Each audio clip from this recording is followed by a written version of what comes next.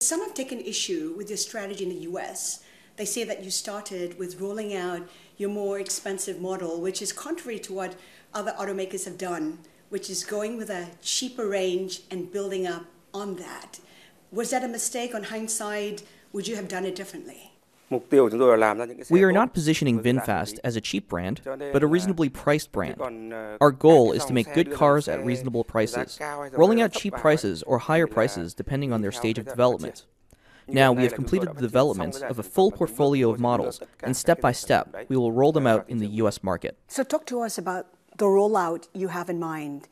What will come out next in the US market? In terms of business, we are pushing strongly to develop our dealership network and increase the number of showrooms to bolster our sales.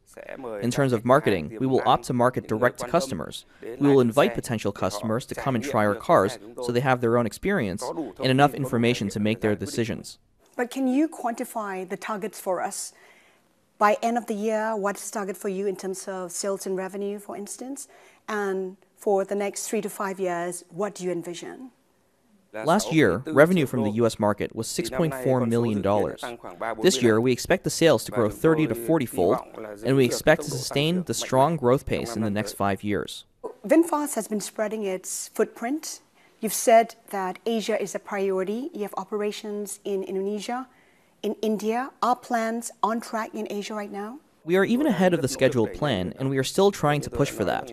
The Indian factory will be open next year, in the first half of next year.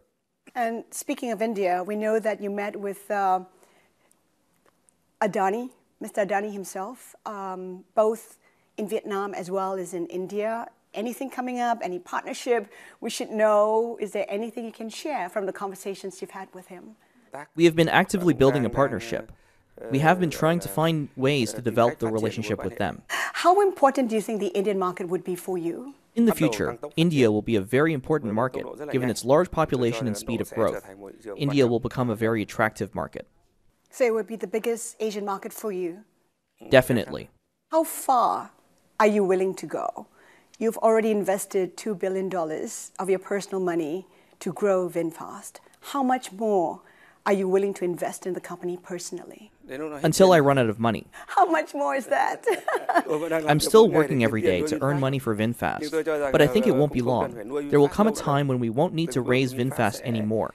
So you're confident that growth is coming soon enough? VinFast will reach the break-even point and be able to stand on its own feet. Mr. Vong, you have a strategy in place, you have targets in place, and investors are well aware of the VinFast story. Yet when you take a look at your stock in the US, they've slumped 95% since the peak in August through the SPAC listing. What is it that investors are not getting? What are they misunderstanding about the company and the company's growth strategy that they're selling down your stock? I think basically investors are lacking in information. Secondly, VinFast is still developing and has many changes that investors may not be aware of, or they know about it, but they don't understand, or understand but don't like us yet. Also, our business results are still not good yet, resulting in the up and down of the share price. But we don't care much about share prices at this time. In view, the share price will reflect the true value of the company, so now we focus on growing the company. Gradually, the share price will reflect that, and now we don't care much about the fluctuations of the share prices.